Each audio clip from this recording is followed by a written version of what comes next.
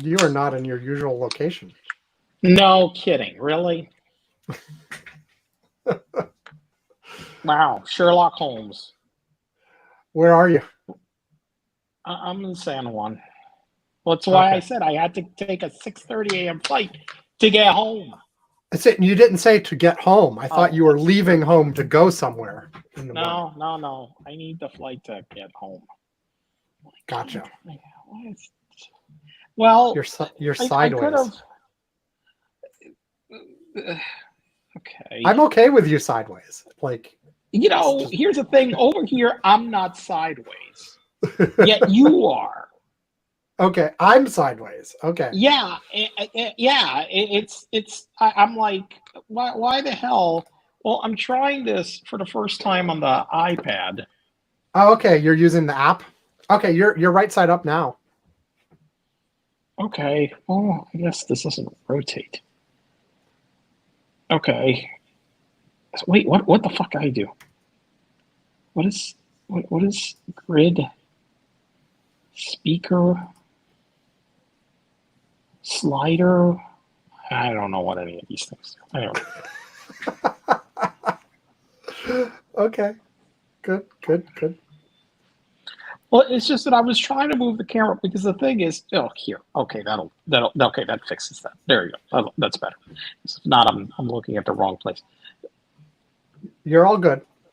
Shall we go? Or shall we? Yeah, we need to go because I have to, yeah. Sleep! Sleep is good. Okay, here we go.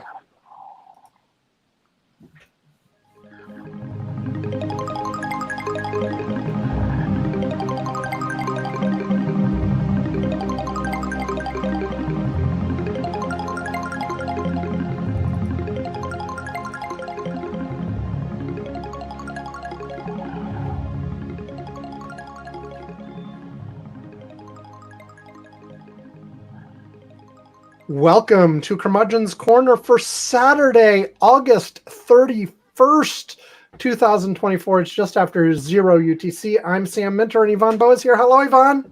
I am here. Hello. You sound so enthused.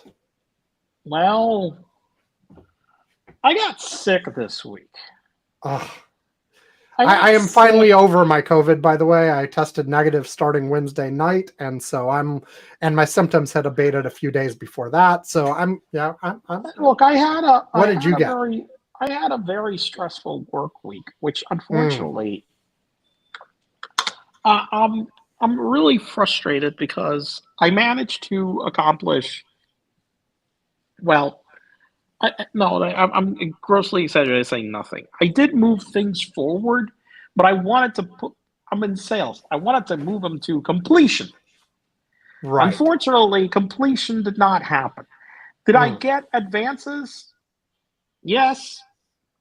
I got some significant advances, but some of that stuff was hindered by the fact that, I don't know, on Tuesday night, I'd gone out to dinner and hung out with some friends. We're actually celebrating the fact that one of my coworkers actually closed some of their first deals. Okay, good. It's a new employee, and they've been here a few months. And we had a little bit of wine. I had nothing too much. Okay, we ate whatever, but nothing too much. 3 a.m, I feel my intestines are acting like when I get sick or food poisoned. They're not happy at all. No, and I'm like, what the hell is going on? I'm like, and so anyway, the next day I have some important meetings I need to try to go to. Okay. And I'm like, look, I gotta buck this up. It doesn't fucking matter. I can't. And so I woke up. You tried to push through it anyway. No, I did, but listen, I did. Okay, all right. Look, okay, you did push through it.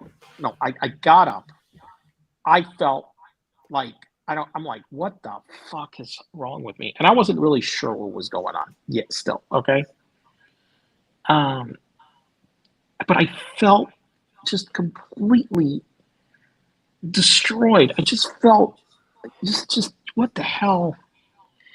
And I get to the office, and then we go to this thing, and then one thing is that at some point I realized that we got there, and well, I had been able to explain to a couple of people that were going to go to the meeting what the purpose of it was, and we found out that anyway, the guy that we wanted to talk to didn't want to receive that many people at once. Mm. So they said, "Look," I told them, "Look, I feel take me back to the office. I can't." Yeah, you said, "Look, I got it. I got it. Listen, we got it. Just these people aren't even my. They're not on my same team. They're on a different team, but we were having stuff that dealt with the same organization. And so this guy was just, look, I'll help you out. Okay. All right. Because I know what Hmm. I got to do. I don't need to sell you. Right now it's just a process thing. We just need to get some approvals through some organization. And I'm just like, so he drove me back to the office, and I got there, and listen, I left everything in the bathroom at the office. And thank God that nobody was there when I got there, because I was just Oh like, God, yes. and I had thought that from there I should have taken an Uber and just left my rental car back at the office. And I had my briefcase. I'll just go straight to the hotel. Probably would have been the smartest thing, because I drove back and I almost fell asleep twice Mm. and hit and on one of them I probably wouldn't have crashed, but I did fall asleep at a traffic light Oh wow. at 2 o'clock in the afternoon. Yeah. Okay, and I'm like, thank God it's a short drive. I got there. I got to the hotel. I proceeded to get into bed and completely passed out. I then had to wake up because some stuff happened. I needed to talk to the contracts people. I needed to talk to people. I basically wound up still working hours and hours, but from bed, just laying down in bed Mm. and going to the bathroom. And the next day, I felt somewhat better, but I had an in-person meeting, and I told the person, "Listen, I don't think it's a good idea I come to your office. How about we just Zoom this, make this brief, and we'll go from there." So I got him on. I zoomed that meeting. I did have to. Look. I had to cancel a meeting I had in the afternoon on the previous day. Hmm. I couldn't go to a customer. This one I zoomed. Um, and so that was like Tuesday. That was like Wednesday, Thursday. I didn't eat for 2 days, but today by yesterday evening, after my system had been properly evacuated, Hmm. I felt a lot better. I found out. I told my coworker I was celebrating with on Tuesday. I said, well, I called her up and I said, "Look, this happened." And she said, "You know what? I know what happened." It's like, "What do you mean?" "Well, I got a note from school. There's been a 24-hour virus going through all the kids at Uh, school, and that they've been getting this, and it's been like like that, like pretty quick." And on the day that I was at the office, a whole bunch of kids, parents had picked up their kids at school and brought them to the office. you kids who were sick. Well, they probably weren't. Well, they may have had it, but they weren't. Right. Okay. It wasn't like they got called from school, come pick up your kid, they're sick, and they took them to the office. Right, It but was, it it could was be that more just kids were exposed. yeah. And so I wound up being it. So I'm still. I did work today a full day, but I don't really feel back to 100%. You don't look back to 100%. You look at most 50%, to be Oh, honest. I'm about 50, and then it was really stressful with work. Um, just getting stuff and working until very. I still wound up working a long time, even though I was basically just in bed with fucking laptop and phone and shit, and. But yeah, I'm not, That sucks. and There's no other word for it. That your week sounds awful. It's awful. It's awful. And plus, I didn't get, when You I was didn't get trying done to. what you wanted to get done because of that. No, it wasn't because of that. On top Well, of it the didn't fact help. that, It didn't help. well, it didn't help. Okay, that's for sure. But the biggest reasons for that are just happened weeks and weeks in Unrelated. advance. Well, we had shit like, for example, unfortunately, this is in Puerto Rico, and one of the things that a lot of stuff got delayed because we had a storm 2 weeks ago. Mm. So they had a storm. It's not like the storm that happened like Maria 7 years ago, but it still had some impacts. And so that a lot of people didn't get any work done that week. Right. So that delayed shit. Honestly, probably the storm. Without that storm, we would have had enough time to get everything done. End of the month. Right. But hey.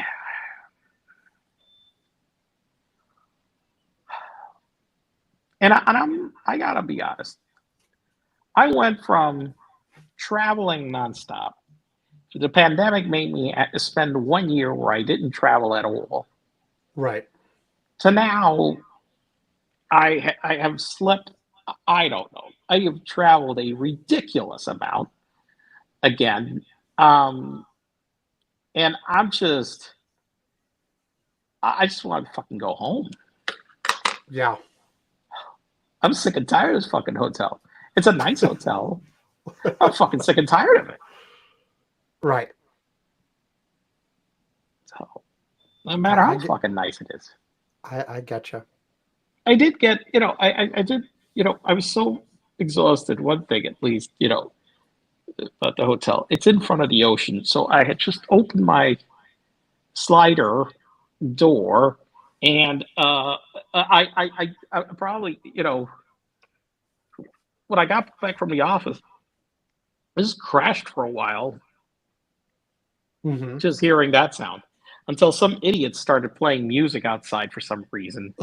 On a plaza, decided that this was like fun to have some boom boxes start playing music and woke me up. Okay, well, I'm glad you're feeling better, even though you're not completely better. At least you're, 50% is better than where it sounds like you were. Oh man, I mean, people are looking at me the other day. I'm like, are you okay? People think it's like stressing. I'm like, you're not stressing. What the fuck is going on? No. So, I got really sick. So anyway, our plan for the day. This is our but first. Yvonne was just sharing his illness. Well, hopefully you can't actually catch it through listening to the podcast. That would be. This is not like Smell-O-Vision. No, we don't. Where was Smell-O-Vision? I can't remember what the hell we had that talked about that. Well, I saw recently actually that that the sequel to the tornado movie, Twister 2 or whatever, just came out like a few weeks ago. And there are apparently some theaters that are like 4D something blah blah blah blah blah. That I think it does include the Smell-O-Vision, but it also includes the thing where it shakes the seats and stuff like that during the movie. So apparently, like a lot of people were, watching this tornado movie in this like theater that has like the full immersive experience where you feel like you're actually in the tornado. And I mean, I don't know if they actually impale some audience members with random debris or not. That would be interesting. But yeah. I mean, I mean that would be interesting. Just a little too realistic. That might be a little bit. I've mentioned that there is this ride at Disney called Soarin' that is like that in terms of when you do the movie and they take you flying and they make it the effect of feeling like you're going, but they also add all the sets and things like if you're in the savannah, you smell that. If you're at the Taj Mahal, I think there's I don't know what flowers, roses, whatever. You get those. So they do add that to the experience. So so they do that. Yeah, I guess somebody decided, hey, let's. I think once or twice I went to things that had that kind of stuff, and it was a novelty. Like, but it was not when I went. It wasn't like a regular movie. It was a movie that was designed to do these things. Right. I mean, I think it was 3D too. So of course they were always like shoving stuff at your face, and then like at certain points in the thing it would shake, or at certain points they'd spray some smell in your general direction. And I'm like, okay, this was an interesting experience. I wouldn't want like normal movies to be like this, you know. I think that the thing is that the thing with those kinds of movies, right, is that they're focusing more on the effects rather on the movie, and so it's just not a good movie. It's just something to show off that they can do the effect, Whereas if you have a good movie and you intersperse like really good like surround sound that feels realistic and certain movements and certain things that you do it like that it's directly related to the plot, then that makes more sense. Otherwise, it's just gimmicky. I mean, I think even there, I mean, yes, you can do it so it's really good and it's integral to the experience. But like most movies, I don't want to smell what's going on. I just don't want to. Like, I don't care how integral it is to the story. I don't want to smell it. I'm sorry. And like, if I'm sitting on my couch, relaxing, watching a movie, I don't want like my shit. couch. Well, yeah, I don't want necessarily. Oh, they're going through a cow pasture. Lovely, I can smell it. I don't want my couch to shake. Maybe I don't know. Smells are not, the thing. But but there is a big difference in, when you go to an IMAX movie with the sound, that is realistic versus, you're watching it on your phone. Well, yes, compared to watching on your phone, and also like even like a regular television or television versus sound bar versus a real like 7.2 surround system, whatever. Right. Like there are differences at all of those levels, but most and like I have the surround sound. I have the surround sound system in my living room when I watch things, but.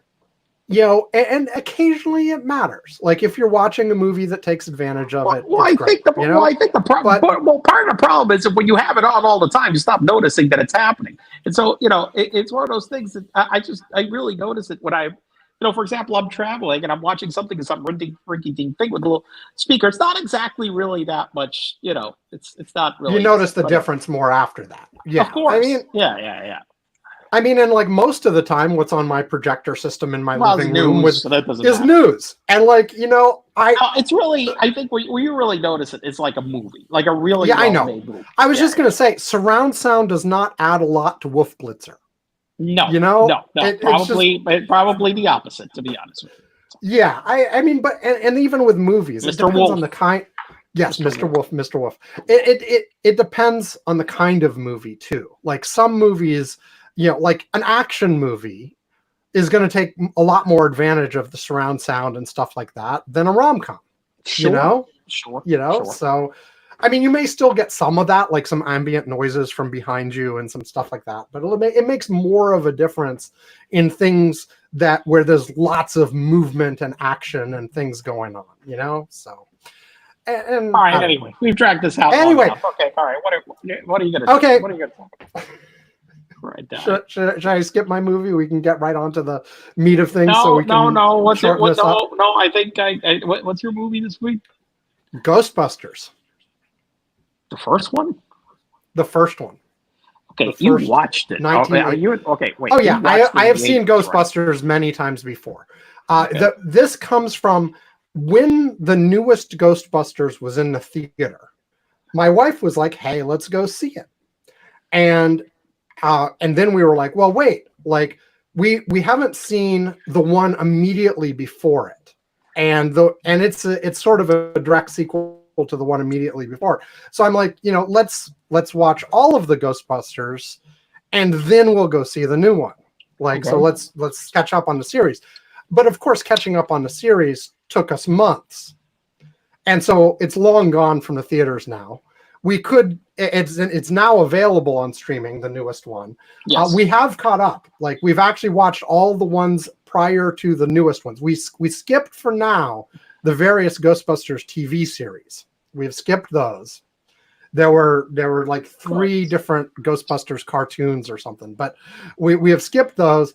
But we have watched all of the Ghostbusters movies. But now I'm only here to talk about the first one. And I'll get to the other ones later. Okay, all right, let's talk about the first one. So, I mean, it's how does it hold up 40 years later? Pretty good, actually. Yeah. Like, there are a few parts that fall flat, but I'd say mostly it holds up. That's good. And I mean, I'm remembering some of the lines from it. I'm just smiling from thinking some of the stuff, because I still remember that one of the first parts is what's his name? Oh God, Bill Murray doing these experiments on this with these 2 people, or I guess he's doing electrical torture or something, getting the questions, and the reality is he's just after he wanted just this girl. He was just torturing the other poor guy. Yeah, he was zapping the guy and telling the guy that he got everything wrong, where the woman that was there got everything right, and there was you are psychic. This is amazing. Blah blah blah. Yes. I'm gonna give it a thumbs up. I mean, Ghostbusters is Ghostbusters. I mean, who hasn't seen this? I don't know. It's like I said, some parts hold up a little bit better than others, but for the most part, it's pretty consistently still funny. And it's got some classic moments, and and spoilers, you got the marshmallow guy near the end, and yes. Ray, if someone asks you if you're a god, you say yes. Stuff like that. It's got good lines. There's a reason it's a beloved franchise. Blah blah blah. I'm trying to think of something that just can't make me happy. It was the little marshmallow guy. Exactly, and you're right. I mean, it's exactly 40 years. It came out in 1984. I'm pretty sure it was 40 years. Yeah. Yeah, 40 years in June. So we're 2 months past 40 years. I'm wondering when that movie came out 40 years before, what was the #1 movie in 1944? I wonder what I'm going to check. Okay. 1944. Okay. See, 40 years before that, the #1 movie was Going My Way. No idea. Me neither. The second one I've heard, but I don't think I've watched it. Meet Me in St. Louis. I've heard of that, but I don't think I've never watched it. Top grossing movies. Going My Way. I don't know what the hell it's about. Let's see. What is it about? It doesn't really say here. What's wrong?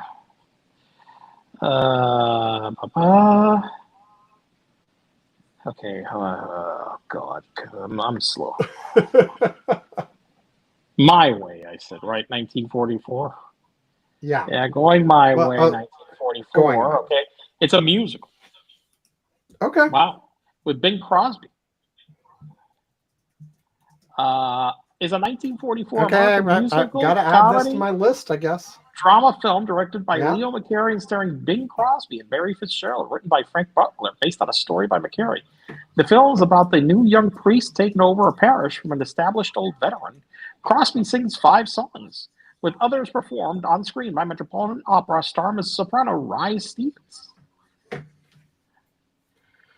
Okay, I've added both that one and Meet Me in St. Louis, which is also a musical, to my grand list of movies. I can see how this kind of movie, light and frothy, 1944 with war going on, seemed like something that people want to watch.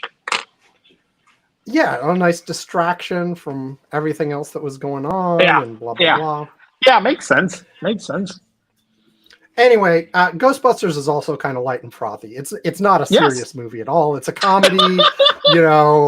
They're really goofy, silly things happening throughout the movie. It's just fun. It's just a fun romp. You know, it has a nice, exciting ending that, spoilers again, it turns out well. Everyone's happy. They're triumphant, whatever. Has a good song, Has a good song. Who you going to call? Catchphrase that has lasted 40 fucking years. That's the thing. I guess, think about, okay, nobody remembers that fucking movie from 1944. But that now, to be fair, it's been 80 years now. Maybe they did remember it 40 years ago. Like if you were a teenager when that movie came out and people made references to it, you might know them right off the top of your head.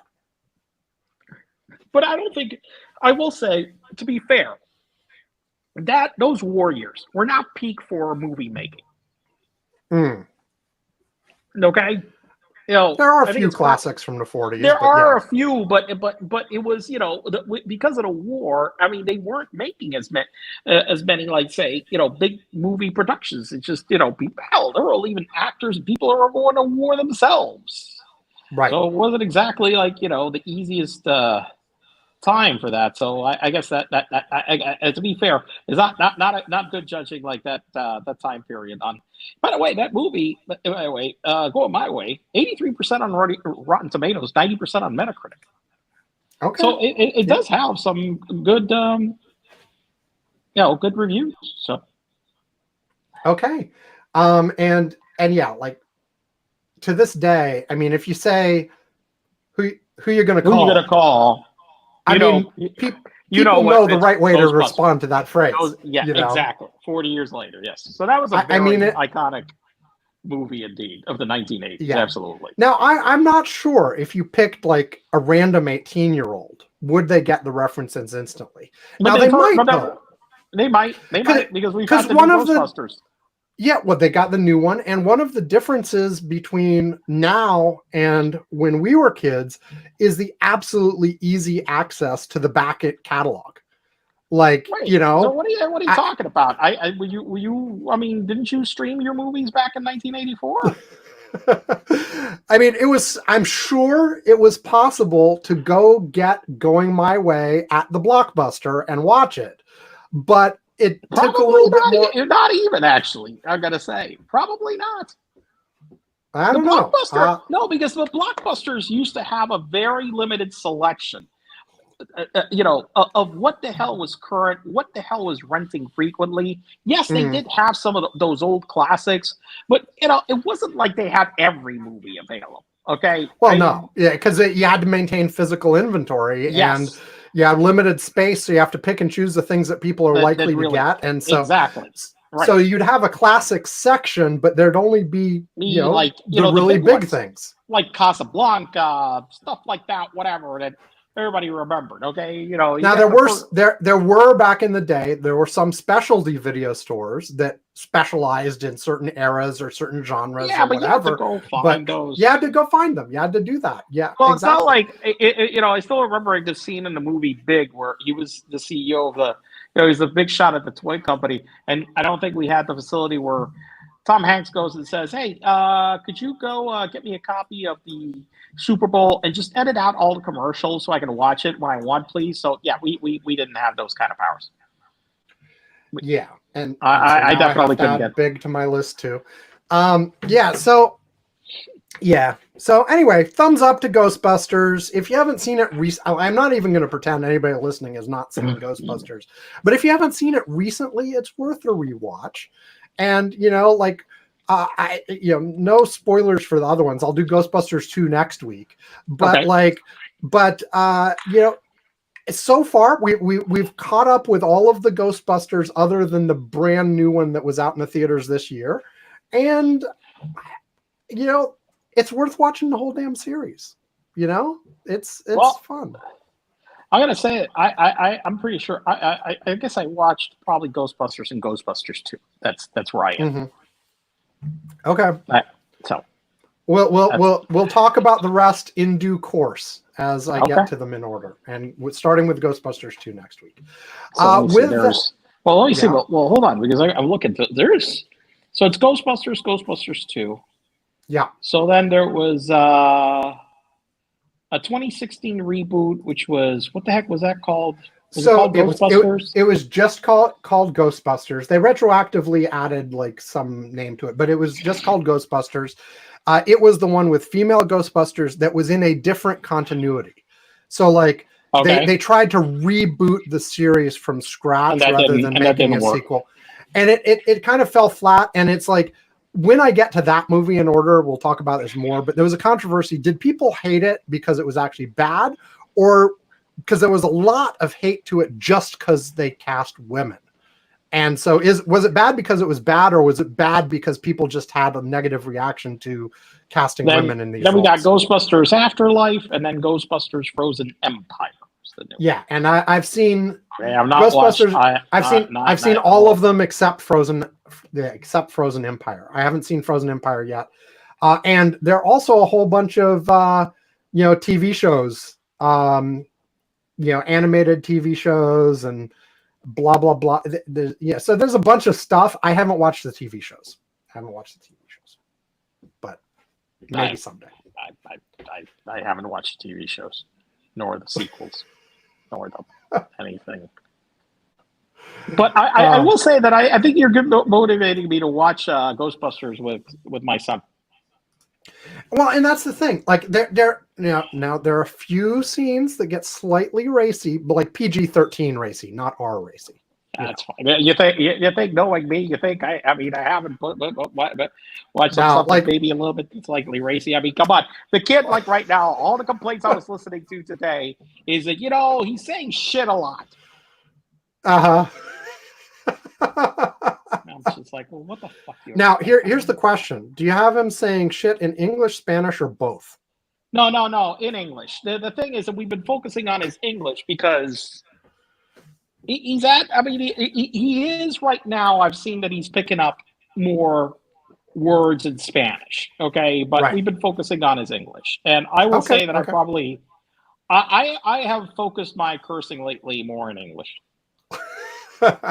Yeah, but anyway, I watch all these movies with Alex, and we have never shied away from the R-rated stuff. It's just like, if he doesn't like it, he will leave on.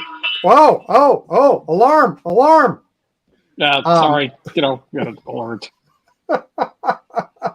I have been woken up by a fire alarm in this hotel before, and had been stuck outside for a while. So. Understood. Anyway, like we don't shy away from that. And my whole philosophy for that is like, he can self-censor. If he's upset by what he sees, he can leave, or he can tell me what's going on. Yeah, at this point, I mean, it's not like what are you gonna do? Yeah. I mean, like, he doesn't like me swearing. Oh no, he does not like the swearing, but he will watch movies with swearing with me. Like he will. So it's just the swear. So the problem with the swearing is more for me. Is you? Oh, yeah. No. Well, okay. No, he doesn't like the swearing. He will cringe when there's swearing in a movie we are watching, but he will not ask me to stop the movie. Okay. Although there are a few movies that have tested that because of how much swearing was in them. But the opposite, my son is apparently picking up chip off the old block. There you go. Okay, let's take a break, and then we will do our 2 segments of more newsy things. I never actually said the agenda, but it's the usual 2 segments of more newsy stuff. The first one will be stuff picked by Yvonne. The second one will be stuff picked by me, assuming Yvonne makes it that far. If Yvonne collapses, we'll just end the show. That's fine. We can have a short show. It's good. But you're going to call the emergency service. But this first break is another Apple Dream. This is Apple Dream 35. It's a short one, 1 minute or so. Here we go.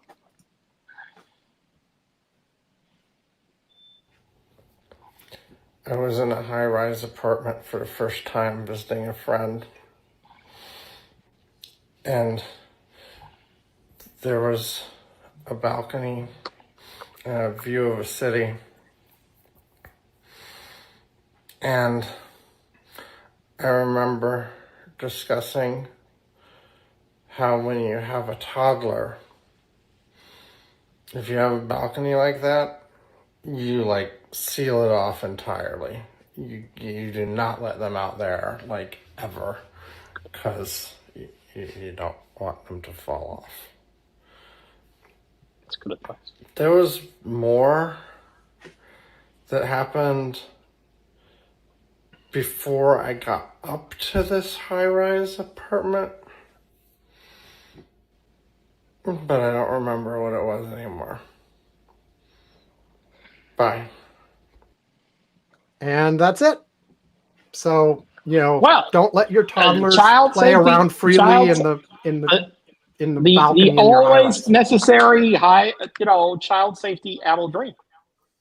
Yeah, and I'm thinking it's been a long time. Like, I've got a backlog of these on my phone that I've never published to TikTok, and at some point I need to catch up on them. And I haven't recorded a new one. Like, I'm so far behind on publishing the ones I already recorded on my phone that I got out of the habit of like, okay, if I wake up in the middle of the night and I still remember a dream, quick, record it. I haven't done that in many months. Like, if I wake up and I had a really good one, I'll do it. But if I wake up and like, okay, there was a dream, but it was like mediocre or not all that interesting, I'll be like, oh, screw it. Yeah, I'm not going to do it right now. I don't feel like Sounds going fair. back to bed. Sounds fair. If I caught up, maybe, but like I haven't done that in a while. Anyway, Yvonne, of the newsy topics, what do you have in mind? Oh, there's a number of political ones. What are we talking about? I see 1, 2, 3, 4 political ones. So why don't we talk about those? Okay. Where you want to start on politics? Where do we want to start on politics? Well, I want to start on politics on the polls. Sam, will you give it an update? You want okay? Let me bring that up real quick. So I sent Sam a ton of polls, so give him a lot of work. Well, actually, in this case, like about half an hour to an hour after you sent them to me, like the Bloomberg article was behind the paywall, but the link to the detailed polls was in the part you could see before they graded out and said you had to register or whatever. That's like cool. sometimes the link to the full details is like below that part. Now, interestingly enough, the actual like PDF with the full results is not behind the paywall. So if you have the link, you can get to that. But the link to it is in the article that they publish. And depending on the article, like if they mention, if they include that link, because the way Bloomberg works, which is where this set of polls that you've on, they let you see like the first 2 or 3 paragraphs. And then after that, they're like, to see any more, you have to pay. And sometimes they put the link in the top part, and sometimes they put it in the bottom part. This time they put it in the top part. So I was actually able to link to and get to the whole thing. But I had a head start on it because Yvonne sent it to me. But no, here's where we are right now. Bottom line, we are still in a neck-and-neck race, essentially, with Harris having a slight advantage at this point. If you go to electiongraphs.com, you'll see my first of all, the straight up, like, trust all the polls. If either candidate has even the very slightest advantage, assume they're going to win. If you do that, Harris wins by 46 electoral votes right now. And the tipping point is Pennsylvania, with Harris ahead by 0.9%. So that's still a fairly narrow margin of error there, but she is ahead. And the reason I say that is because if, like the last couple of cycles, the polls have underestimated the Republicans. If they underestimated the Republicans by the same amount that they have the last couple of cycles, you end up Trump with a very narrow victory. Like, even though the polls show Harris slightly ahead. Now, if this time the polls are underestimating the Democrat, it goes the other way, and maybe this is a Harris landslide. The problem is, like, there are so many states that are really close right now. So let me read you some of the close states right now. Here are all the states where the current margin is less than 2.5%. Okay. Virginia, Harris is ahead by 2.4%. Michigan, Harris is ahead by 2.1%. Nebraska's 2nd congressional district, I currently have the average at Harris up by 1.8, but there have been very few polls right there, so grain of salt there. Pennsylvania, Harris up by 0.9. Nevada, Harris up by 0.5. Georgia actually has Harris ahead right now, but only by 0.4. Iowa's in this list has Trump up by 0.6, but there have been zero Trump versus Harris polls in Iowa so far. So that's based only on sort of Iowa's average behavior over the last 5 elections, and it has been moving more red. So I don't actually expect Iowa to be anywhere near that close. It's probably a strong Trump state at this point. But there just haven't been any polls to prove that yet. Arizona, Trump up by 0.6%. North Carolina, Trump up by 1.2%. Maine's 2nd congressional district, Trump up by only 1.4%. Every single thing I just listed is like incredibly close and could easily go either way, even if you assume the polls are generally right. Now, if the polls have some sort of systematic error to them, that adds to things. But like, those are just like right on the edge. All of those states, that's like a huge number. And so if you look at, just, and I did 2.5%, but like my best case and worst case in the trust the polls says any state under 5% could go either way fairly easily. The range you get from that is from Harris by 174 to Trump by 114. Like, it's a massive range. It's ridiculous. Because you got a huge number of states with lots and lots of electoral votes very close. And the polls have been moving. As a general statement about trends, we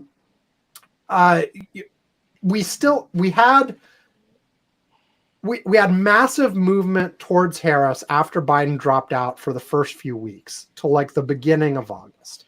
Then we had a little bit back to Trump and then back to Harris again. And then in the last, couple weeks, it moved back towards Trump again and then has started to move back towards Harris again since the convention. But we're still, it's still close. It's still, there's a lot of back and forth as we get new polls in or out. I've seen a whole bunch of national polls also that are showing like just some, the national polls have generally speaking had a slow trend towards Harris, but we're back down a little bit from the peak. But it's been like a tiny amount. They got to like a 3, on the high was 3.9%, and it's back down to 3.4.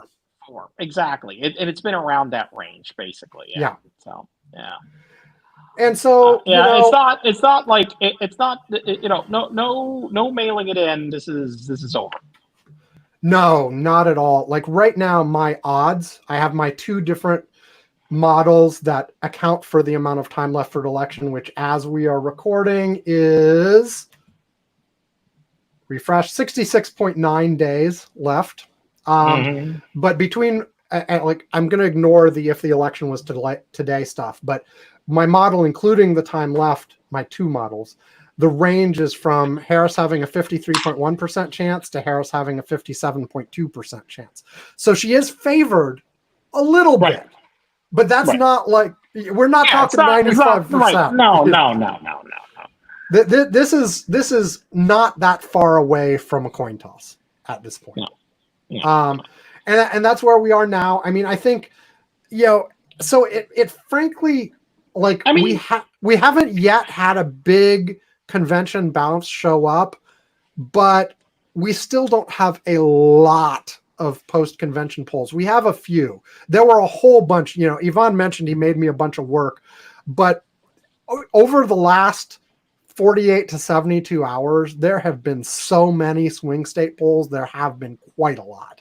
And so it looks like if we got a convention bounce, at least so far, it looks pretty small.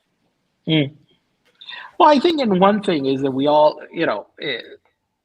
the thing is that things had bounced so far towards Harris already exactly. It's hard to squeeze more juice out of that. That's what I was thinking. But here's the thing, though, and this gets me back. I have a couple charts on electiongraphs.com that compare to 2016 and 2020. Right now, it looks like, unless something major changes in the next couple days, for the very first time ever, Harris will be doing better than Clinton was doing at the same time before the election. Wow. Okay. For the very, like, that's good. Like, again, that we're not quite there yet. We're like a day or two away from like a place in the calendar where Clinton suddenly did much worse for a few days. That's where we're talking. But we're still nowhere near where Biden was in 2020. Like, we're still several percent behind. Like at the moment, like I'll give you like the stats as of right now, 67 days before the election. Right now, we have the tipping point, which is the margin in the state that would put the winner over the edge. We have Harris up by 0.9% in the tipping point state, which right now is Pennsylvania. At this exact same time, 67 days before the election, Clinton was up by 3.4%, and Biden was up by 4.6%.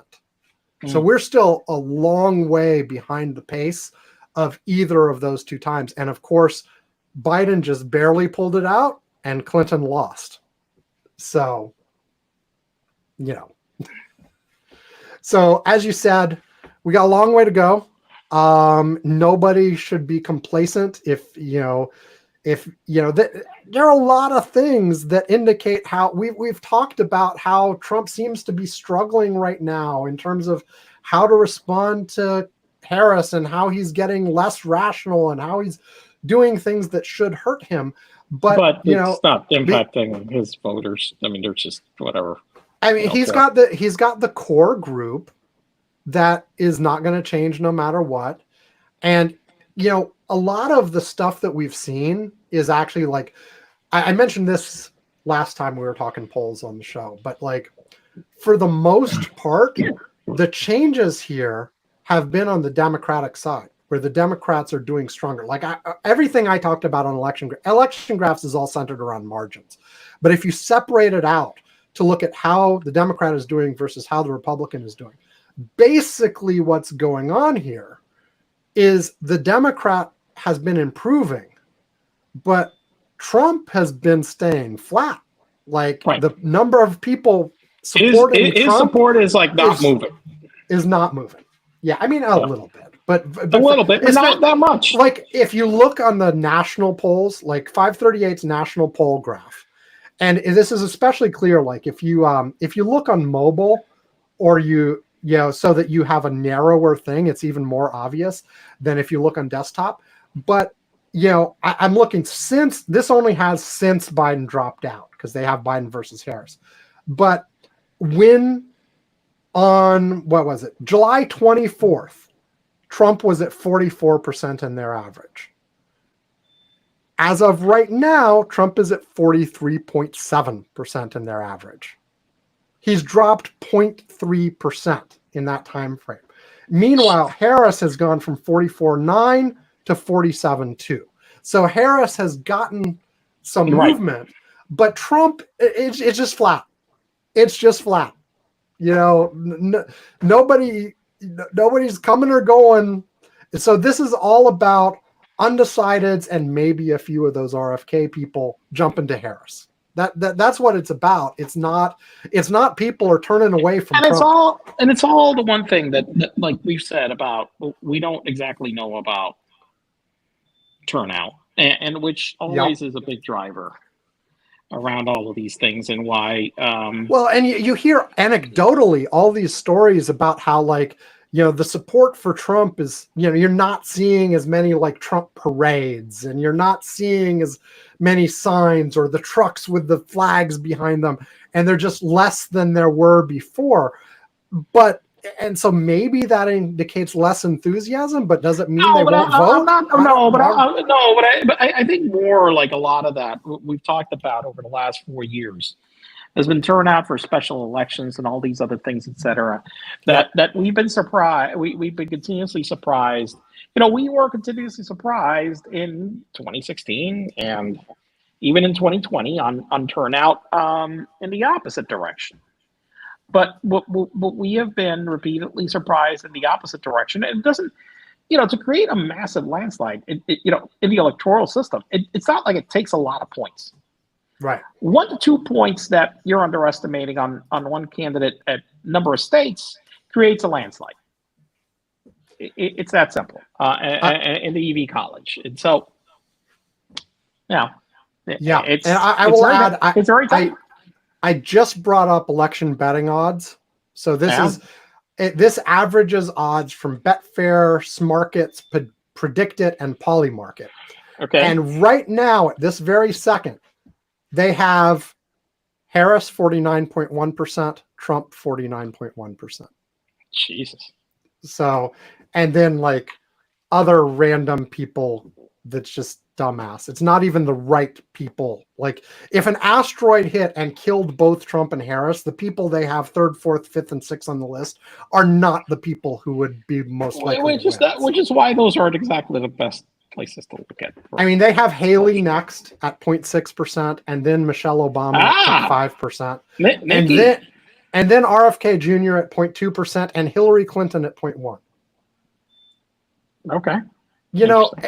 Here's the thing. Like it is possible that neither Trump or Harris will end up as president. There are scenarios that play out that way. One or both of them could drop dead or have to drop out or whatever. That could happen. But in the scenarios that happens, we're not going to get Haley, Obama, Kennedy, or Clinton. We're going to get like Walz or Vance, or even if those two were knocked out too, it's not going to be Haley, Obama, Kennedy, or Clinton. There would be other people who would be more likely anyway. Okay. All right. Of course, I should say this. Yeah. If both Harris and Trump were, well, you'd have to kill Biden too. Like I was going to say, like you could end up with like Speaker of the House Johnson or somebody as president if you knocked out people. Oh God. Okay. Well, no, but you've had Johnson. Yeah. Okay. Did you had other politics questions besides polls, or are you ready to? So, I mean, we had these things that happened. You didn't watch the interview. I did not. I've heard clips. Basically, I have not watched it. I mean, it sounded good. The basic summary of the impressions I've heard from people and from the few clips I have heard is that Harris and Walz both essentially knocked it out of the park in terms of handling the interview well. However, the interview itself was just dumb. The questions the questions were dumb, and it's like didn't add any real information. There was a lot of, what do you think about this Republican talking point? Like a lot of the questions were structured like that. Now I've seen I've read some of the chyrons on Fox News when I have like the 4-up display with all the news networks, and they're doing a lot of like the interview proved she's unserious, and that she has no weight and no real policy and blah, blah, blah. She has no weight? What, she's weightless? What is she, in space? Oh, yeah. Probably. Our first president in space. But from the little bits I've heard, she handled the questions that were asked very well. Trump said that was boring. Which, again, that's not necessarily bad. Like no.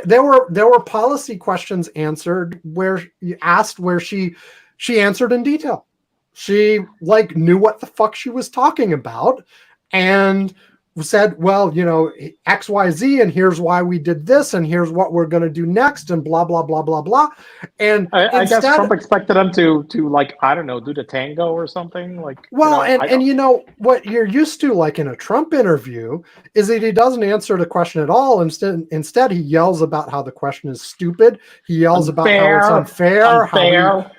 How he actually won the 2020 election and people are after him, and like all of this sort of performative stuff without any like, and this people have brought up over and over and over again, which is like the ridiculous double standard that is applied here. Like, people are nitpicking Harris and Walz on like detailed policy questions, and were you exactly right in the way you worded your history about the whatever? And meanwhile, Trump can't say a single sentence without being without lying like about every word. Psychopath. Yeah. And like, he says things that don't make sense. He says things that like have no relation to reality whatsoever. Just in the last couple days, he's gone back and forth on abortion and IVF. That was the next thing that I had on my list. Hey Sam, so is Trump, pro-choice? Is he pro-IVF? Is he anti? What is he, Sam? Look, here's the thing, and this applies to absolutely everything Trump related. Yeah. He doesn't give a shit about the actual policy. He says Correct. what he thinks will get him to win. Correct. Like, and this every single issue. Like, he doesn't care. He doesn't care. He doesn't care at all. What can I say he'll win? Yeah. That's it. And so, like, he sensed that people were upset a little bit about abortion, and so he tried to moderate his opinion a bit. And guess what? His quote unquote base got really upset by it, so he went back the other direction a few hours later. And of course, before that, he was taking credit for getting rid of Roe, and he's been trying to push this. Everybody wanted it to just go to the states, and that's what they got. So everybody should be happy. Everybody wanted it. Now everybody had been clamoring for it to go to the states. Sam, did you hear about this? That was what all the polls said. Yeah, everybody. And so he's flailing around trying to figure out the fact that, like, this, out of several issues where his stated positions in the past and the Republican Party more generally, where they have really unpopular positions, he's trying to triangulate and figure out how to say something that will get more people on board. And it has absolutely nothing to do with his beliefs on the damn issue. If he ever says something that actually represents a belief, it's an accident. And actually, he doesn't know what he's talking about anyway. No, he believes that he should get money. Now that's one thing. Yes. Now that's one thing. That is one thing that he actually has a principled opinion on. Like his very principled opinion on cryptocurrency. That just he hated it until he had a big donor that liked it. And then he likes it. And then he likes it, and then he's going to be the most crypto pro president ever, and then he was going to, as usual. I mean, the thing is, I don't understand how these people support him when he does this shit every time. I'm going to be announcing, you were talking about the double standard. Harris asked you a question about policy, giving a detail. I'm going to announce the detailed cryptocurrency that my administration will have, because the United States is going to be a crypto. What the fuck was it? It was like heaven. It was like the Olympus, whatever the fuck it was. Okay, just like the best place for crypto, and we're gonna create like some kind of crypto like super fund or something or whatever. And then he announces his crypto thing, and basically he's getting paid by some guy to brand his own cryptocurrency. That's it. Yeah, nice. And then he decided to promote it to everybody on, lo and behold, on X. By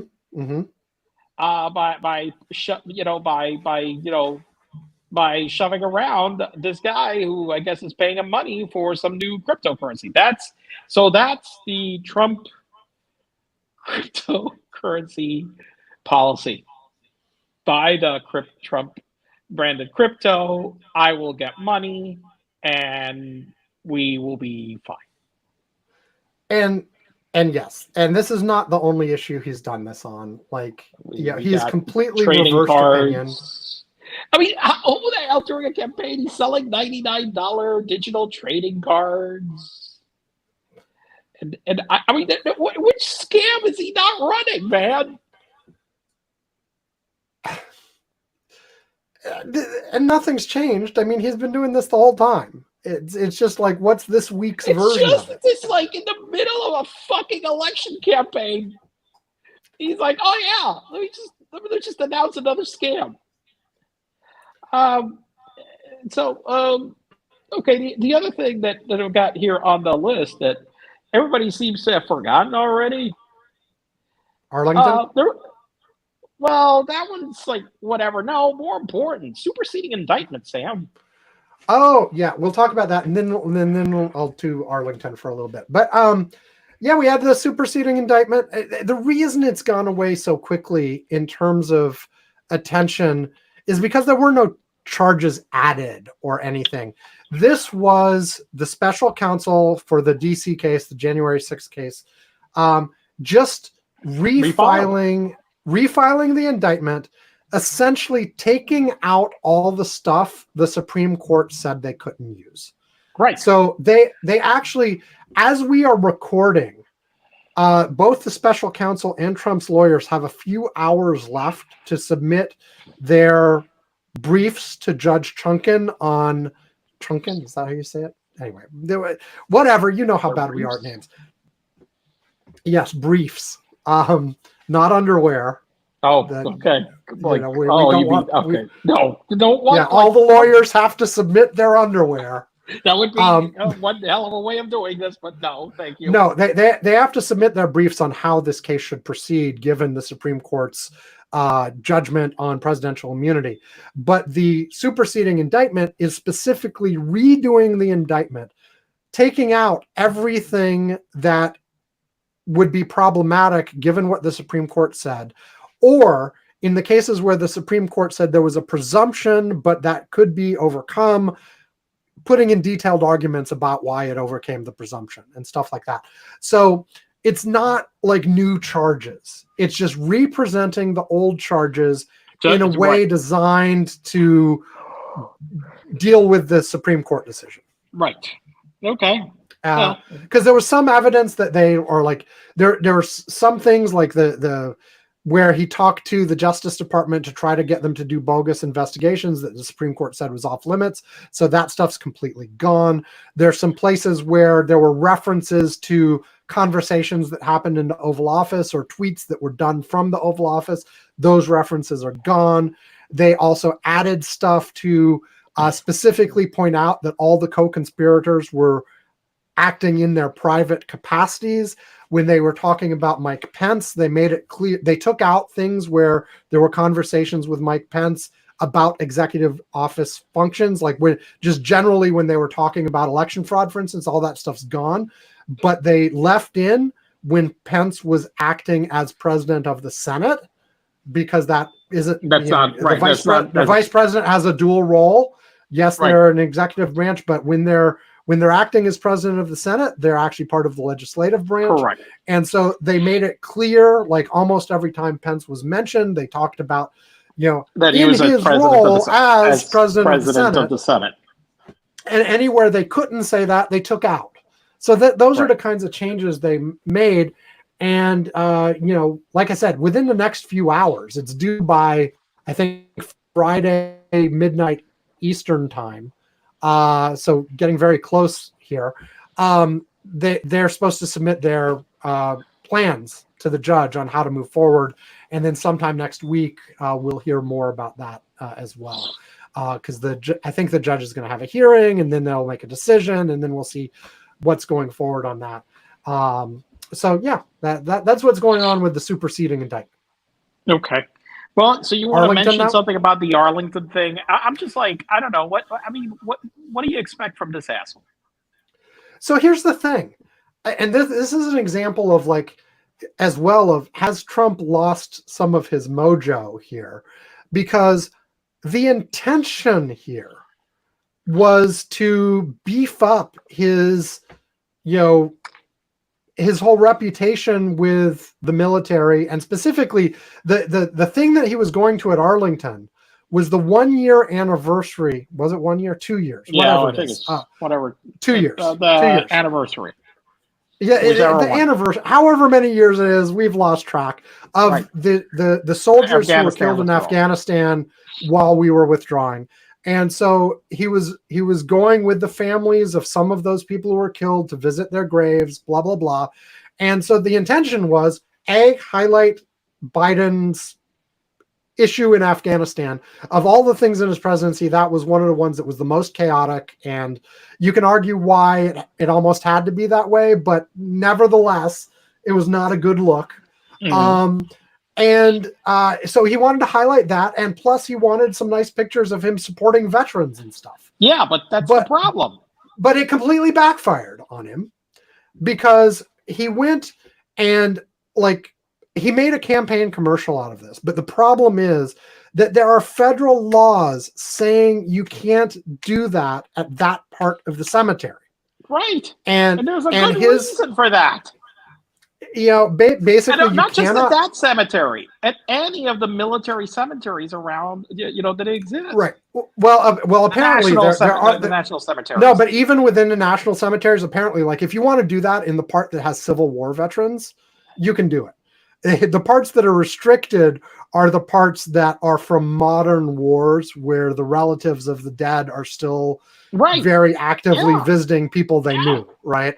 And so, but yeah, so he went in, him and his team, they were told multiple times that, no, you cannot have, video and photography in this area.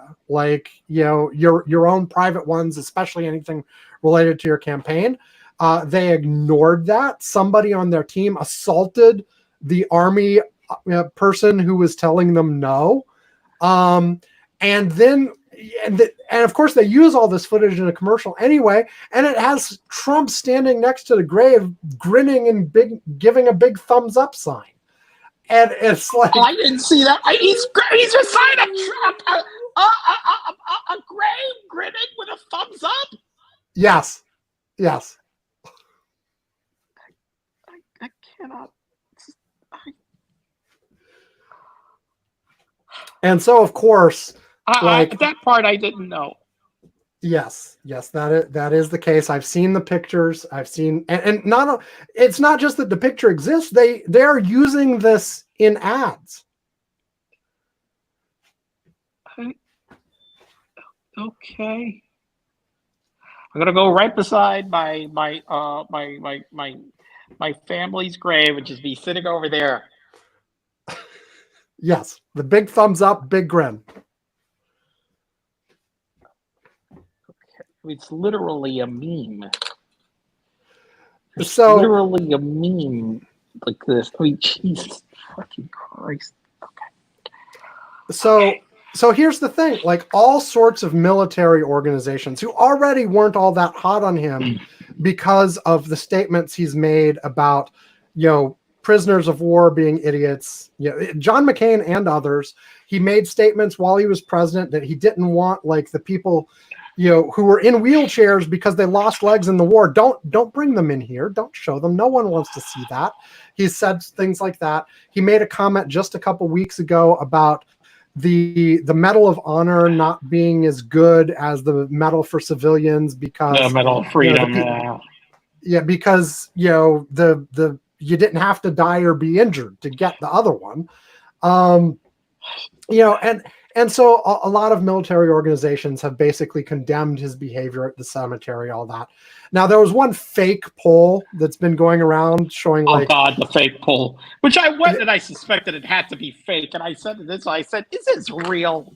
But yeah, somebody went and doctored a Fox screen to show 90%. And I'm looking at it, I'll go, bullshit, no ways. Yeah, it was like I would dream, had Trump's ratings being near zero for everything, 10%, 5%, whatever, amongst military family. It was it should be, bullshit. but it isn't. It isn't. And the military has been getting less Republican over time. Yeah. But historically, the military has been a very conservative organization. Yes. And so you certainly don't get suddenly the military are the most liberal people in the universe and are all 95% 5% for Harris or some bullshit like that. But it is hurting him amongst those groups. Yeah, it's not helping. Because he's got this obvious disrespect for military institutions, and people have pointed out it's more general than that. It's that he simply cannot comprehend the idea of doing something for the purpose of serving others. Yeah. That you are willing to sacrifice your own opportunities or your life because you are serving some higher cause. That is completely alien to him. He can't understand that happening. And so, so whenever you get that kind of scenario where someone has died or been injured or hell, even when they're doing something like they're giving up financial opportunities to work in the public sector, let alone like dying or being injured. What do you mean you're teaching for like $30K a year when you could be doing something that made you money? Right. He just can't understand. And this stuff seems to be like a lot of people are reacting negatively to it. But again, we were just talking about polls. Like his numbers are flat. Like maybe most of the people who actually care about this kind of stuff already left him a long time ago, and the ones that are left are going to be there forever. Yeah. So. Okay, that's all the stuff I had on it. Are we done with politics? Yeah. Okay. Let's take another break, and then I'll bring up a couple non-politics things, and then we'll wrap this sucker up. Back after this.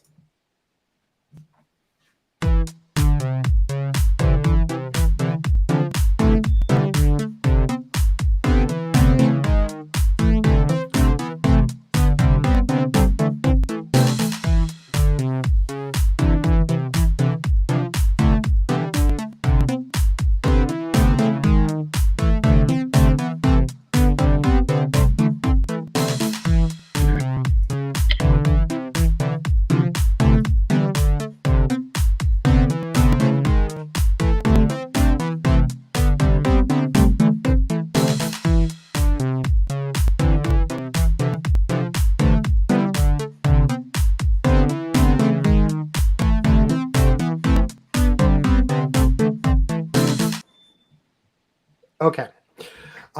There we are. For those of you who are just listening on audio, you missed both Yvonne and I sort of dancing and bopping. Bopping. Yeah. Okay. I got 3 things that, aren't directly related, but are sort of whatever. Just 3 things that we can talk about quickly. So I want to start, though, with something that hit the news a few hours before we were recording. Brazil has banned X. What the fuck's going on, Yvonne? Well, as far as I can tell, for a long time, the thing is that the way that I understand, and don't even though I don't quote you. Well, no, I'm not an expert in the Brazilian legal system, even though I've had to deal with it. Okay. Really? You're not an expert in that? I thought you were a Brazilian lawyer all this time. I have been under the misunderstanding. A lot more familiar with, like, say, how federal courts work, state courts, and I know how you can appeal U.S. federal and state courts. I understand why you could bring a state action or why you could bring a federal action for certain cases would normally would be because of differences of value. I know some of that.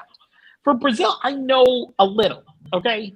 But one thing that I remember is that the judges, when they're assigned, are like prosecutors themselves, okay? And so when they have been doing this investigation into X, and the thing is that they have been demanding many things from X to produce them. And Elon, thinking that every nation has the same rules and laws, they've been ignoring them. Well, also, they, as well as asking for documents and other evidence and stuff, they're also asking him to remove some posts, right?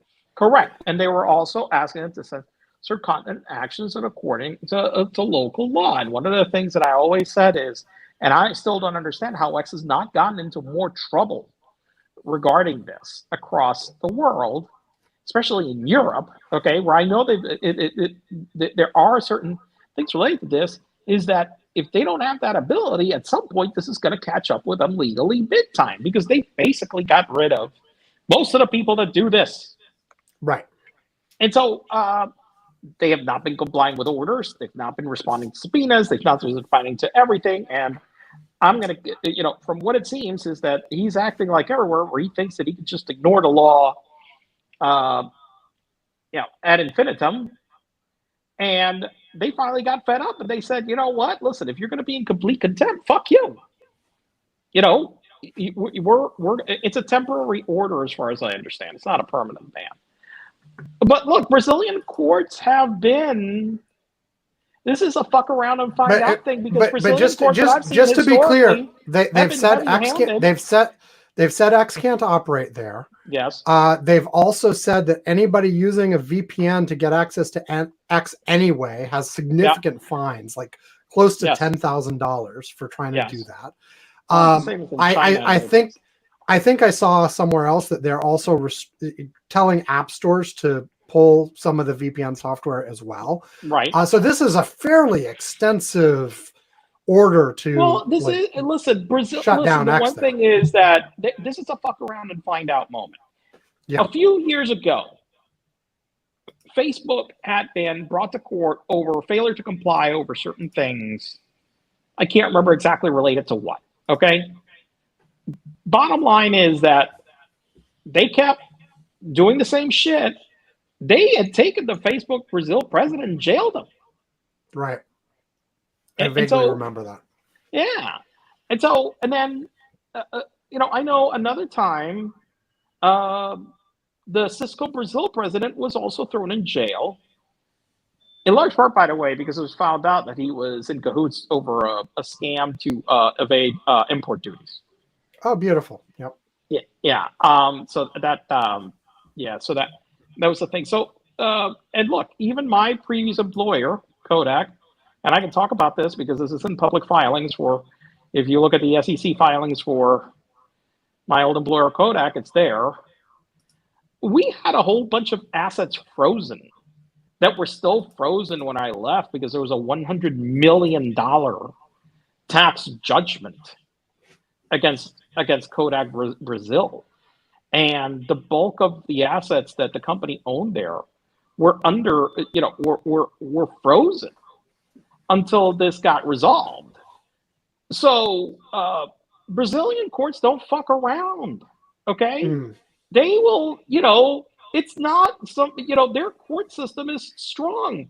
They're not like, I will say that when they go about enforcing shit, they don't fuck around.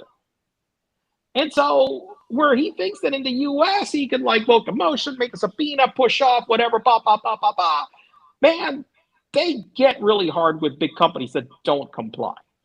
And you really, really, really just try to just and to be clear, this isn't like X going through the legal process and in the end losing. It's them refusing to participate in the process. Correct. It's like and having multiple opportunities to comply where they refused.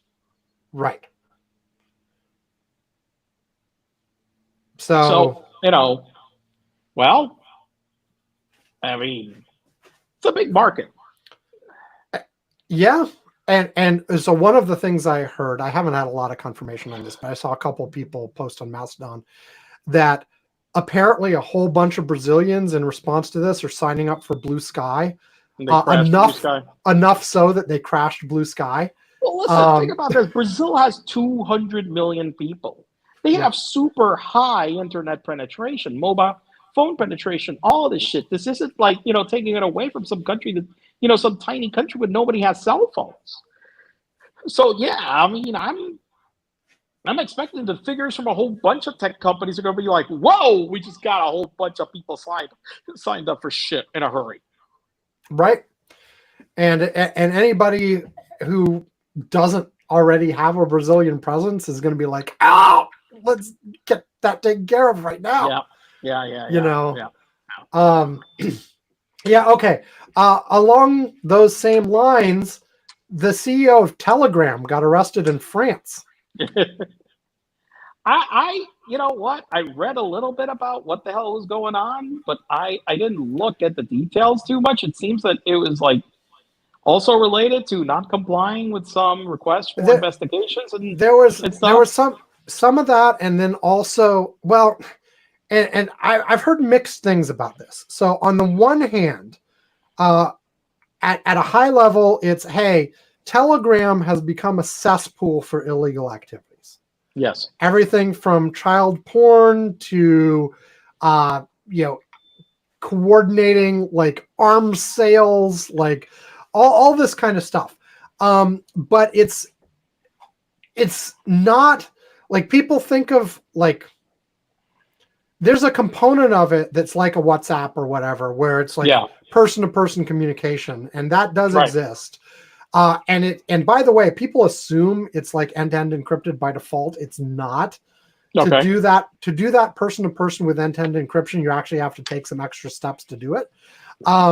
But Telegram also has like lots of really large channels that are open chat rooms. Right. And a lot of this illegal activity was happening there.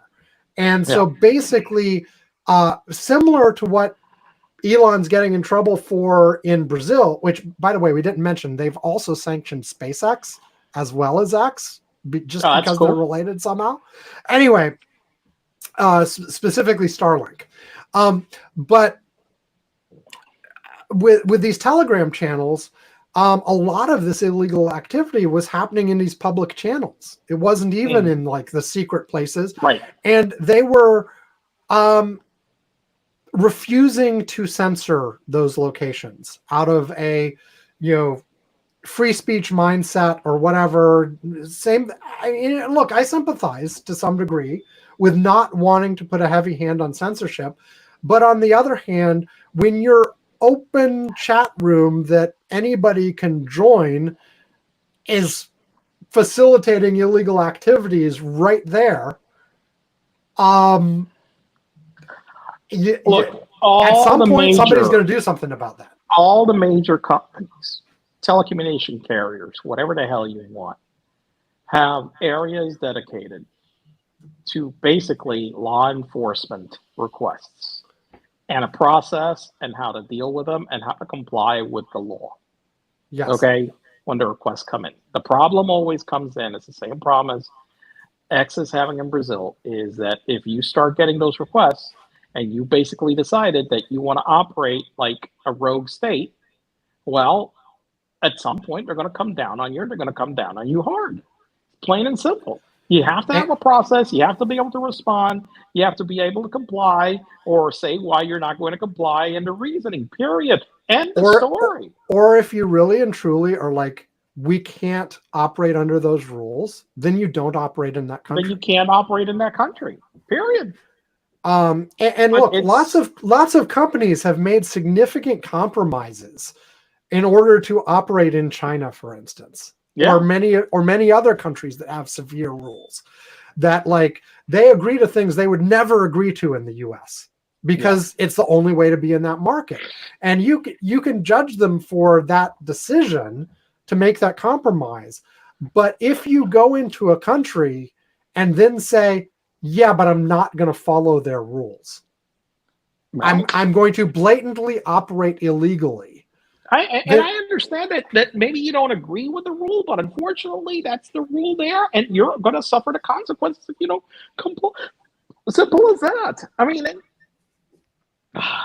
yeah. So, and now the one thing that I heard was and I don't have the details. I have not dug into this, and I'm a bad host for not doing so. Bringing up a topic I haven't researched fully.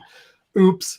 Not like we ever do that here, like we always only. Oh no, we are the experts on everything. on everything. Like we would We never never talk make a about mistake. something. We No. never pull shit out of our asses to talk about that we don't know about. Never.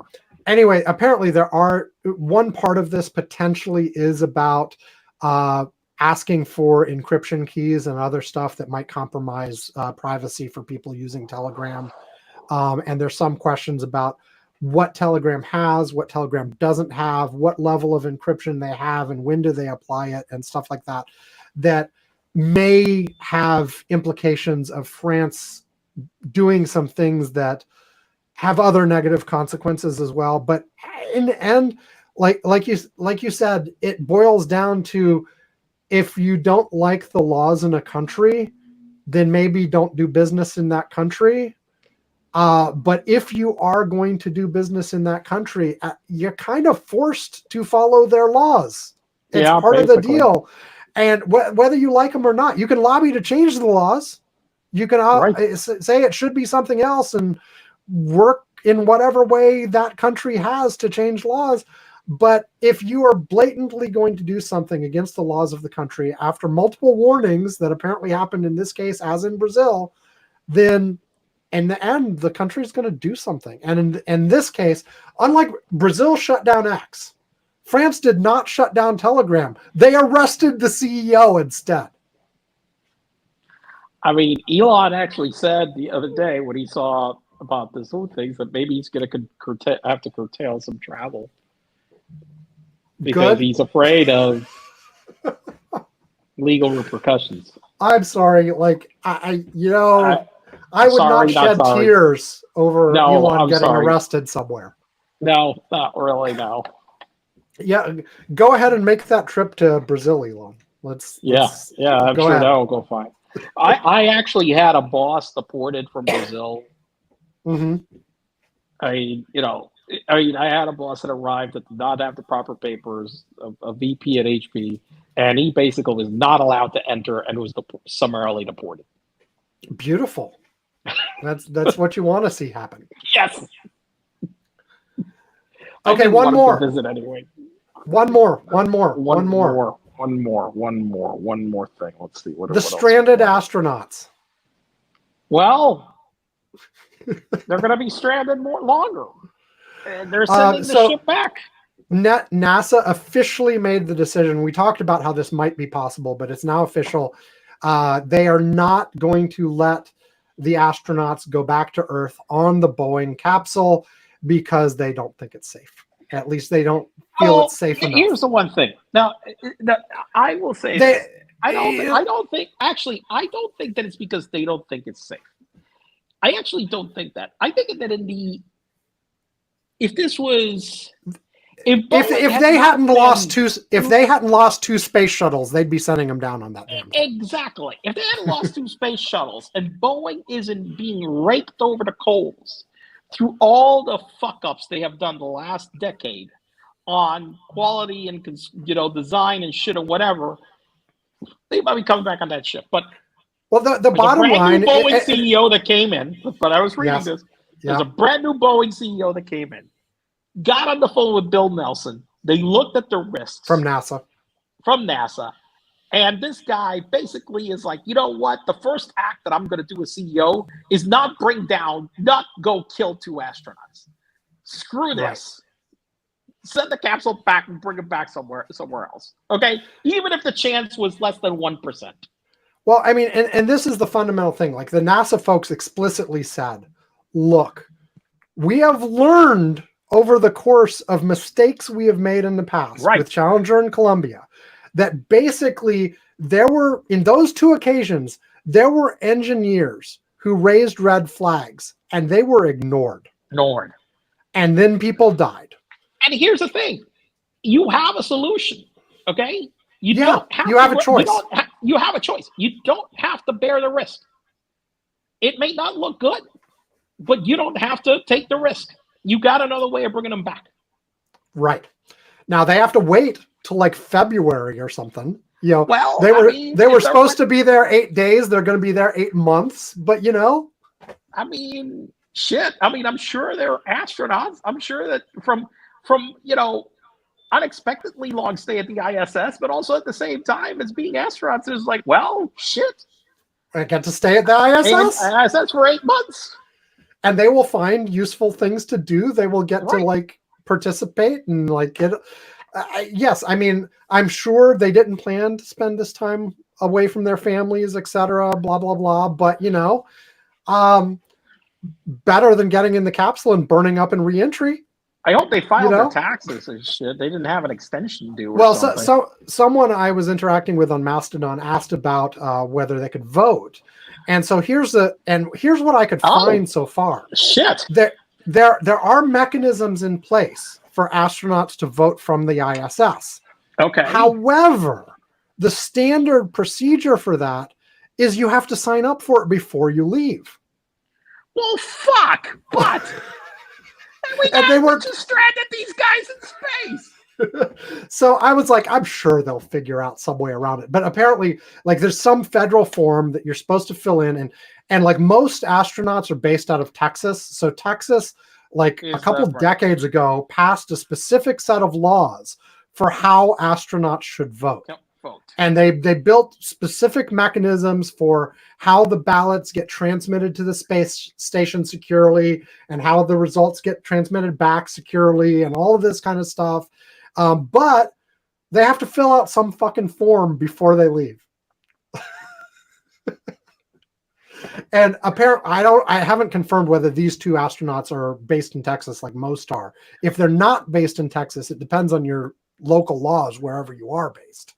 But I'm sure they'll work out something for them. They'll figure it out.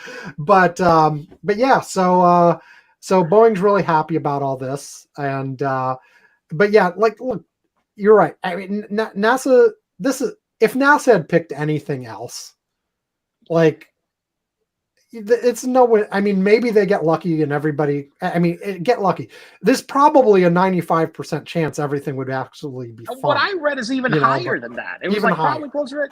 It was higher than that. But it's probably 99 plus. It was probably 99%. But they were like, man, no, let's not. No. Yeah. Why take the chance if you don't have to? Exactly. And so, but didn't I hear there's yet another like Boeing quality issue about like the 777s or something? I don't know. Well, no, okay, not a quality issue. What they discovered was normal during flight testing of the 777X. That they, unfortunately, this is something that is the kind of things they discovered during testing was that certain remember what the name of the part is.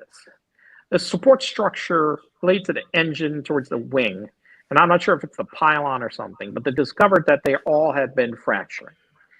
And so they're not sure if it's a fabrication defect, a design defect, or so forth. But they discovered that. And so obviously they're trying to get the 777X certified to begin deliveries like soon, and the plan has right now been delayed already 4+ years, and so this is a big setback for them that they discovered this on the 777X. But so yeah, I mean, it was something that they discovered during it's better discovering it during testing than after. It was not during production. It was whatever. This is the flights were testing, and they were going. But the point is, Boeing has been having a tough time recently. A very tough time. So, tough time. I mean, they got a new CEO, like you said. They'll turn it all around. Here is what I will say. Here, I was looking at going through my rewatching all the seasons of Air Disasters. Started with season 1. I'm going through like season 14 right now. Let me tell you something. Airbus had a really bad streak for a while too of this shit. It had a really bad streak, okay, of stuff. And so one of the things that I can see that was the most pervasive was, and Boeing had been later to implementing more computerized, less direct control of flights. Whereas Airbus used a side stick that transmitted computer commands. The side sticks in the new Airbus aircraft aren't connected one to the other, so you can have like inputs that are differing inputs, and the damn airplane will average them out, which I find is idiotic. Makes no sense. On a Boeing aircraft, you both are pushing. You know that if you're both pushing forward or back, and the other pilot knows that. And Boeing has been later to add like computerized things to do certain things, like what happened with the 737 MAX. But man, I saw so many accidents lately on Airbus where they had added those features over the last 10 years and it caused a crash. On A320s, A330s, the A300. I mean, there was one specific, I was just reading about the A300 in the 90s. It's one of the first ones fly by wire that it was like the pilots hit the takeoff and go around button. And they set it where the fucking pilot couldn't override it. And so the pilots are pushing forward the goddamn stick on the plane on landing. The plane's nose will not fucking go down, and they just stalled right near the fucking runway. And by the way, there's a software update that didn't put in. And I'm like, oh, for God's sakes. So Boeing had really not done a lot of that kind of stuff to their airplanes until recently. And so I think that they're now, I mean, they've had this issue with that, but also the other problems have been manufacturing problems. And that is an issue which is more specific to Boeing because they decided over the last decade plus to change the way they made their planes, and it's really caused them a lot of problems because they've decided to subcontract substantial pieces to a whole bunch of other manufacturers, and so their entire control of their supply chain is not the same way it was as before, and that's, well, hell, they had to, one of the companies they spun off for this, they had to buy it back. So. Right. Anyway, so. Okay, so basically, I think we need to. I need to. I think we're done. You need to go to sleep. You need to catch your plane in the morning. You need to continue your recovery. Okay, I will mention one quick thing on polls again. Just on how fast they're coming in since we have been recording the show. Not only since we've been recording the show, since we talked about polls earlier in the show, there have been 2 new polls, one in Texas and one in Minnesota, that have been released. Okay, so Minnesota matters, Texas, I mean, or less surprising that data in Texas. Yeah. Well, no, it's not surprising. It has Trump ahead by 8. So neither one of these are surprising. They're both in line with roughly where the states are already. So it's not going to change anything big. But there are 2 new polls just in the last couple hours since we've been talking that, I'll probably put in after we're done. But, because the polls are happening hot and heavy. It's going to get more and more as we get closer. But, it's getting to the point where, it's a substantial time commitment for me now each week to put in these things. And of course, I'm occasionally asked, you could just build something that ties into 538's API and just pulls all their polls automatically. And I do not do that. I manually enter polls because I make slightly different decisions than 538. I use them as my main source. And then I also check with the Hill Decision Desk poll information because sometimes Decision Desk has something that 538 rejects for whatever reason. So I look at different places and I determine differently which versions of the polls to include, blah, blah, blah. So I do it manually, but it ends up taking a lot of time. Anyway, we're done.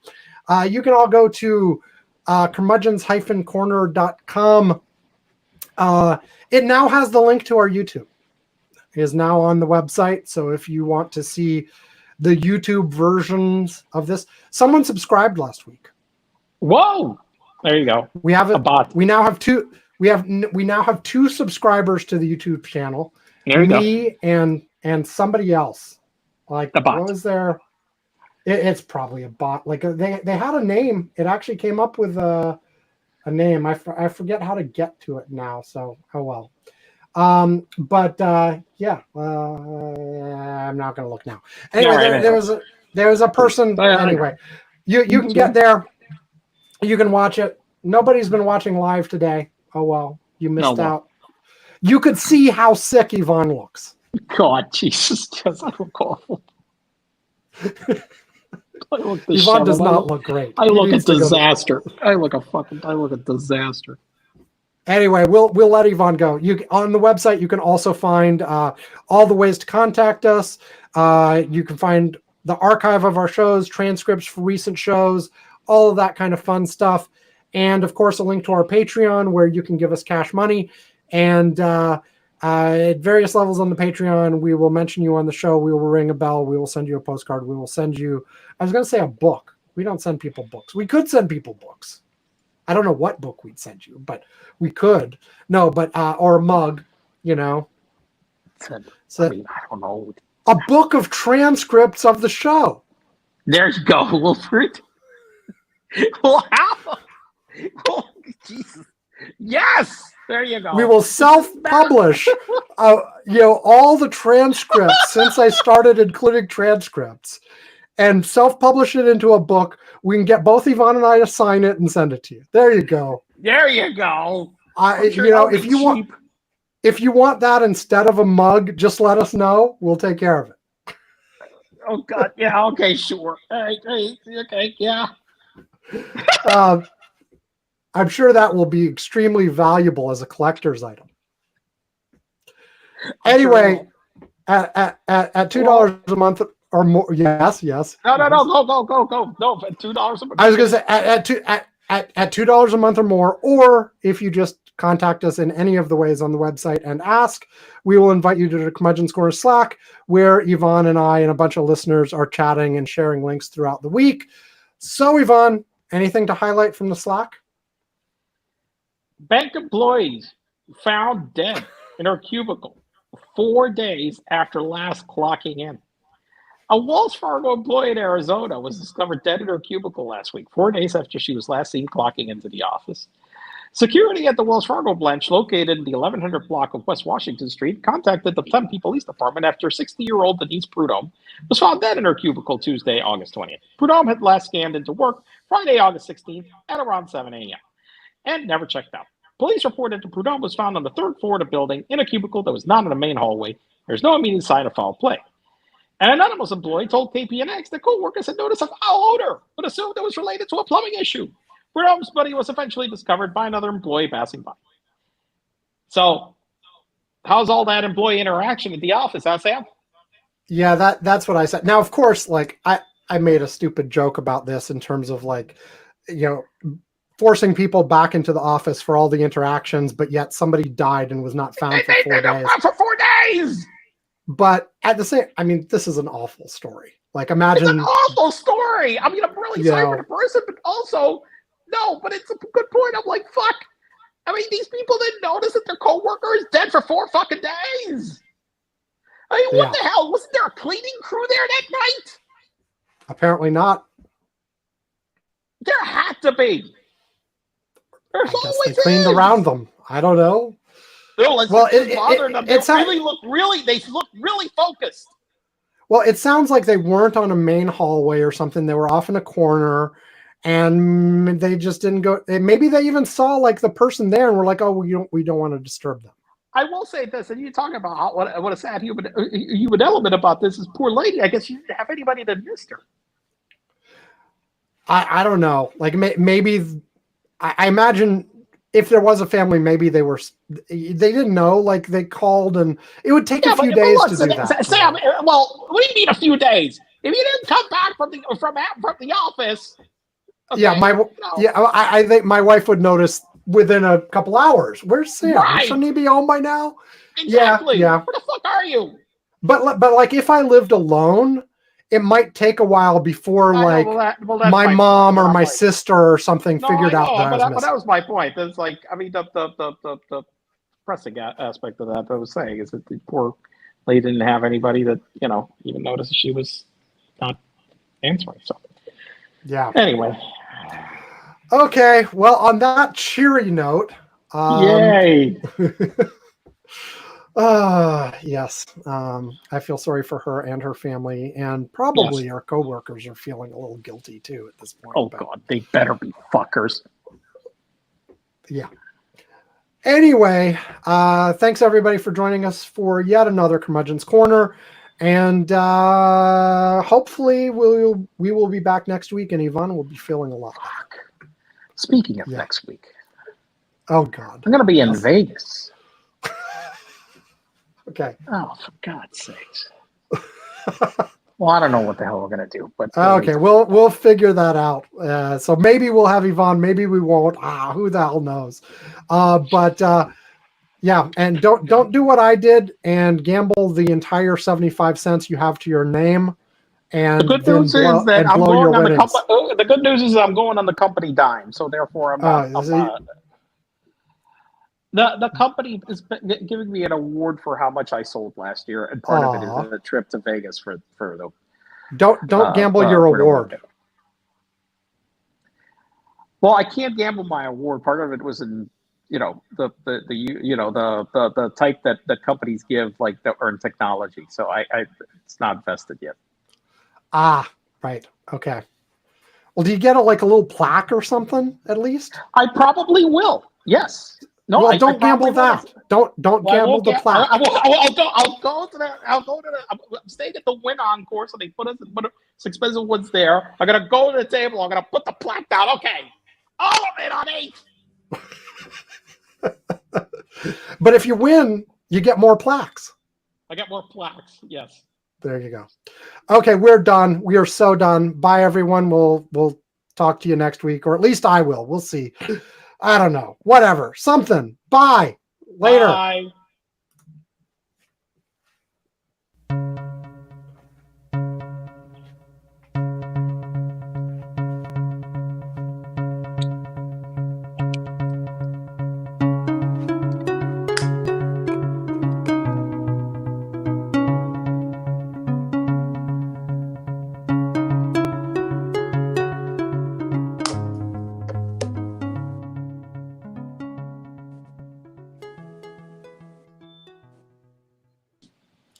Okay, Yvonne, sleep, feel better, get home. I'm hitting stop.